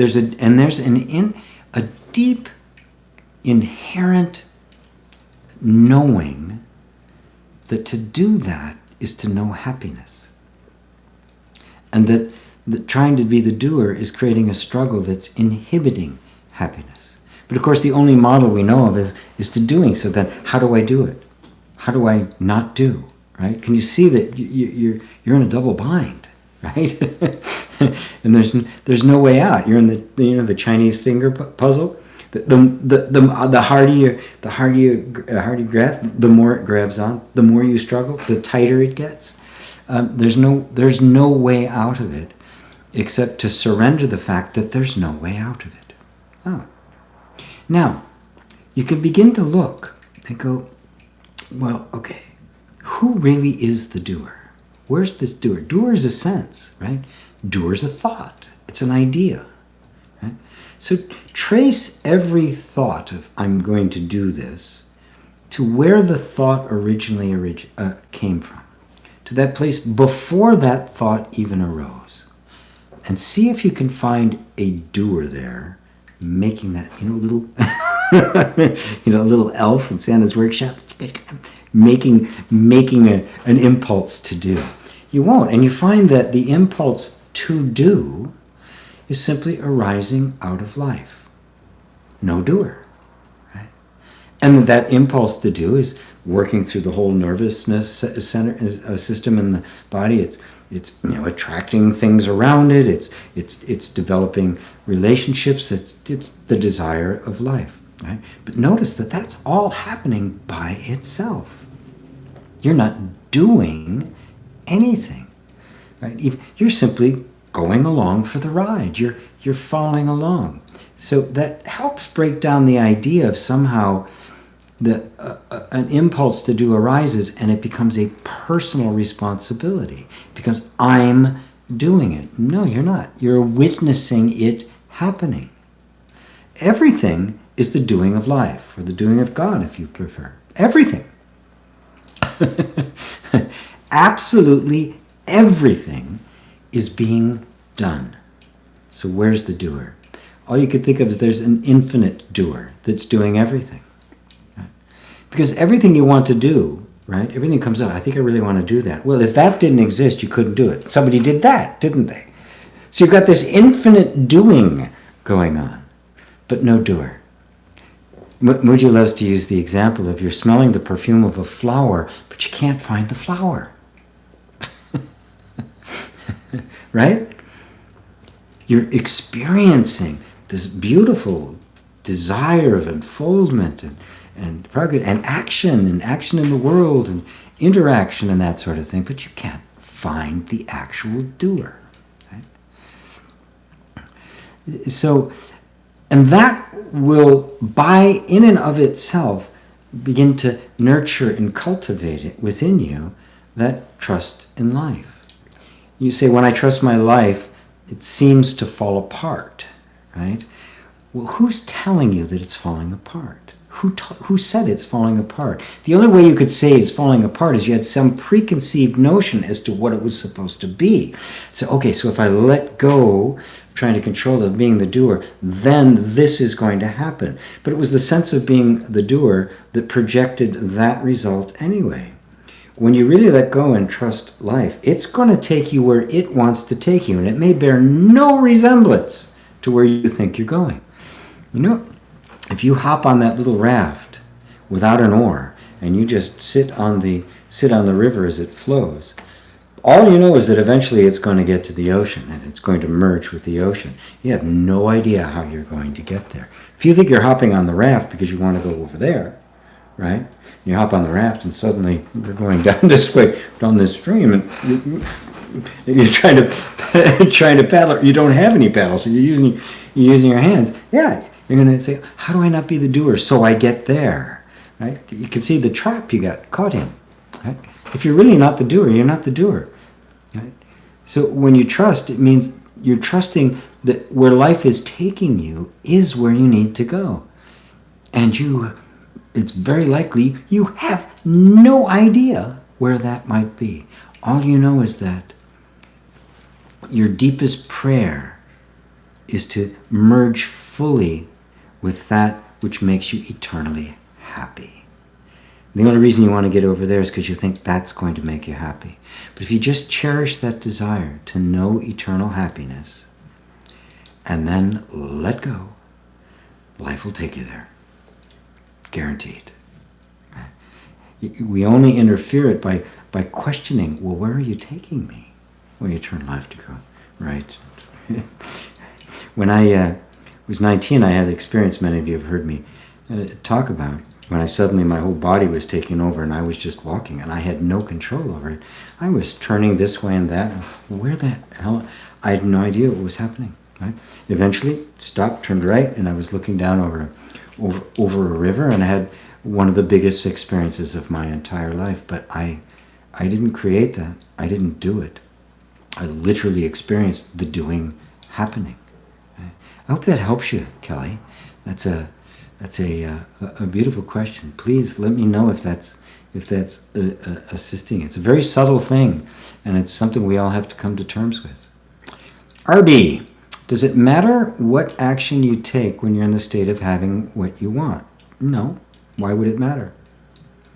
It doesn't mean that the action isn't going to rise, desire isn't going to rise, but there'll be no attachment to it, there'll be no investment in it, there'll be no sense of my happiness depends on whether it's here or not, right? So then it doesn't matter what action you take, or even if you take action or don't take action. The action itself will be flowing. You'll see the action itself is simply life unfolding itself. That's the river that you are being carried on. Right? So I'm trying to get through the rest of these. Robin just gives me a big heart. A purple heart, is it? No, it's red, kind of a pink. Hello, Robin. Thank you for the heart. Sarah. Sarah says we want to keep it to ourselves. I see 45 people. When it happens, you will explode. Remember us when you become a rock star. Oh, my rock star days are over. I would like this level of conversation to infect the whole world. It is. Slowly, little at a time it is. The more bleak the world appears, the more the walls are cracking and falling apart. Awareness. Hi, GP. What causes paranoia? Thank you for your response.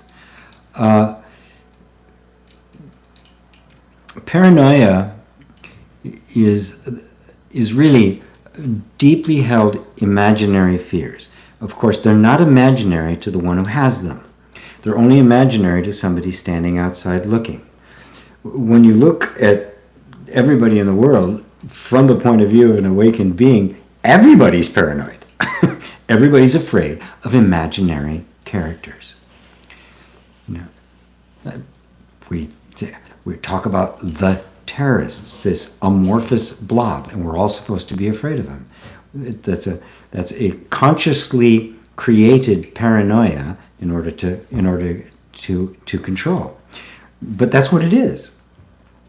It's imaginary, right? And that's all it is. So what causes it is just extreme. It's just when the things that I'm afraid of are really completely out of whack with what my experiences actually is, and those around me looking at it cannot see the connection between this and what I'm afraid of, and it affects everything. Right? I could go more in depth into this, but we're running out of time, and I do want to get to the there's just one left. Maybe we can go back to this. Sophia Burgos Audetat. Don't know how to pronounce that, but it's a beautiful name. Hi, GP. You have so much knowledge and such warm and clear way of sharing with us. Thank you. Oh, thank you. Roman, what do you think about the Bhagavad Gita? It's a beautiful book, full of all sorts of great insight, and it's both a book that's deeply spiritual and one that has of historical experience, of historical import for Indians as well. I just was listening to Joseph Campbell talk about it, or actually reading Joseph Campbell talking about. It gave me a whole different perspective, how it fits historically, as well as the deep. You just look at it purely spiritually, purely from the message. You've got the whole book leads up to getting Arjuna to accept his place in life, and in the middle of the battlefield receives satsang from Krishna. So it's a beautiful attempt to try to find the intersecting point, right, between the pure absolute divine and the pure relative human, and that intersection point is what we call awakening. So I hope that answers. That's I'm certainly not an expert on it. So Kelly says, yes, thank you for the enlightening view. You're very, very welcome. Sophie says, Sophie Austin, lovely to be with you again. God bless, love. Sophie, thank you. Elsa G, many law of attraction coaches say you should never think negative thoughts. As if you could stop them or think about what you don't want, because thoughts create. Is that true?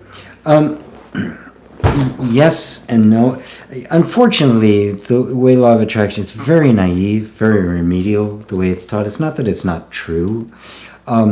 It tries to address everything and control everything from the perspective of the separate self, which isn't real. The thing that causes negative thoughts is the essential thought that I am this body. I'm a separate being. Now, none of the LOA coaches challenge that idea. That's just accepted. So what I want becomes important, and then all I try to do is get rid of all of the thoughts that are negative or deny that what I want, or are focusing attention on what I don't want. And to a certain degree, you can do that, and some do it better than others. But it doesn't go to the heart of the issue, because the prolific generator of all those thoughts is the central thought, which is I am a separate self. That's the egoic mind. So the negative thoughts and the desire that's trying to get past the negative thoughts are both coming from the same place. When you see that, yes, of course, I would much rather have people having a constant flow of happy, good thoughts than unhappy, bad thoughts. But simply trying to control them from the point of view of the sake of the separate self is a fool's mission. If instead you simply see a negative thought arises and you just say, oh, there's a negative thought, and you simply don't get rid of it. Because you can't. Where did it come from? You didn't create it. It's just arising. It's part of this system. It's part of this matrix that makes up the imaginary separate self. You just see it. If you recognize it for what it is and don't take ownership from it, it just comes and goes. But do the same thing with good thoughts. The good thought arises. You recognize it as a good thought. Now, isn't it interesting that there's something that can recognize a good thought over a negative thought? Well, what's that? Is that a thought? Or is that a doorway into something way bigger than this whole idea of simply manipulating my thoughts to get what I want? And when you're thinking about what is that? Where did that want come from? Every desire you have, the I want, that the negative thoughts are getting in the way. Go to the root of that and see if you can find where that came from. Well, whose thought is that? And then it kind of blows the door off of that whole thing, and it's useful. I mean, I don't want to completely negate it, because I've had people who started at law of attraction and ended up here, right? Because it does open up the mind to the possibility that it is more than just a physical thing stuck forever within these boundaries, that those boundaries are imaginary. They can be broken down. But the law of attraction and the way it's been taught and the way it's really been sustained over the years is a very, very diluted version of that. And because the popular imagination grabbed onto it, it's become all about getting what I want. It's become incredibly materialistic. And I just point to a very simple phenomenon to say whether or not this is headed in the right direction. The Secret came out in 2006, had a huge impact.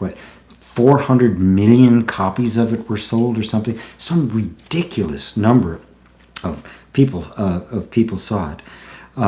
If it's 400 million, that's like 5% of the whole planet. I mean, standing in line someplace and hearing somebody talking about it, and people attempting to do it. And what happened? Everything became about the material possessions you could get. And from 2006 to 9, the world has been pushed to the verge of extinction. Okay, so where in the world, what good has this done, right? So I've got all these things now, right? I've manifested a car and a house and everything, but the world's about to be destroyed. So what's the point? It's like you're picking out the curtains for your bedroom and your house is on fire.